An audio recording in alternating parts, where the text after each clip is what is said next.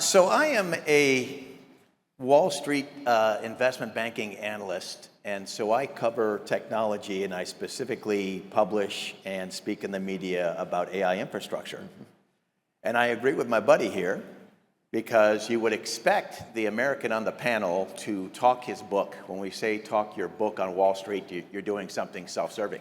But I actually see a big opportunity at this stage in the AI infrastructure build-out for Europe, because the building of the large language models was and is a nuclear arms race between the biggest.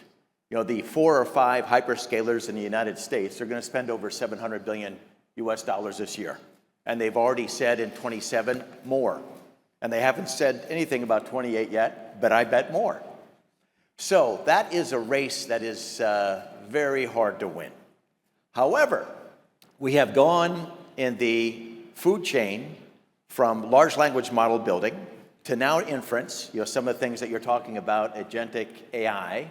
And the nice thing about that is who wins are not necessarily the arms suppliers in the AI infrastructure build, but the application layer. And even at the dinner last night, the Prime Minister was talking about this. It's a good comment. And so this is a great opportunity. A great opportunity. Let the other guys spend all this crazy amount of money, because at the end of the day, I think some of them may regret what they spent.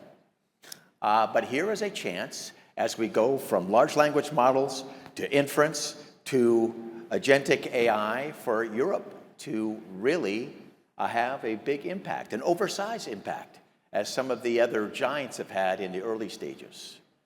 The one thing I would say about regulations is, particularly in the world that we live in the United States today, we have Trump for about 2.5 more years. Not that I'm counting the days. But one of the things that we made a mistake is in the advent of the internet. In the United States, in 2026, we are still operating under legislation that was passed in 1996 when Bill Clinton was president. That was a long time ago. And here is an example of how it goes badly when you don't change things.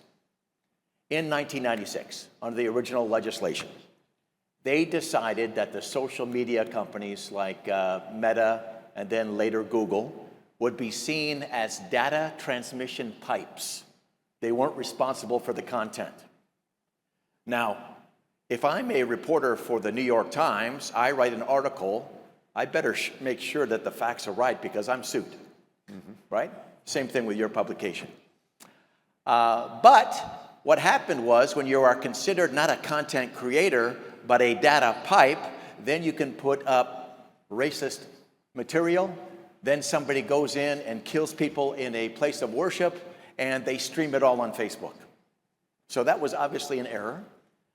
So the best legislation, where I have the most hope, is not from our own country, because A, we have Trump, and B, we have a divided Congress between the Democrats and the Republicans. It's probably going to come from you. And that's cool. That's cool. And please, bring it on. Okay.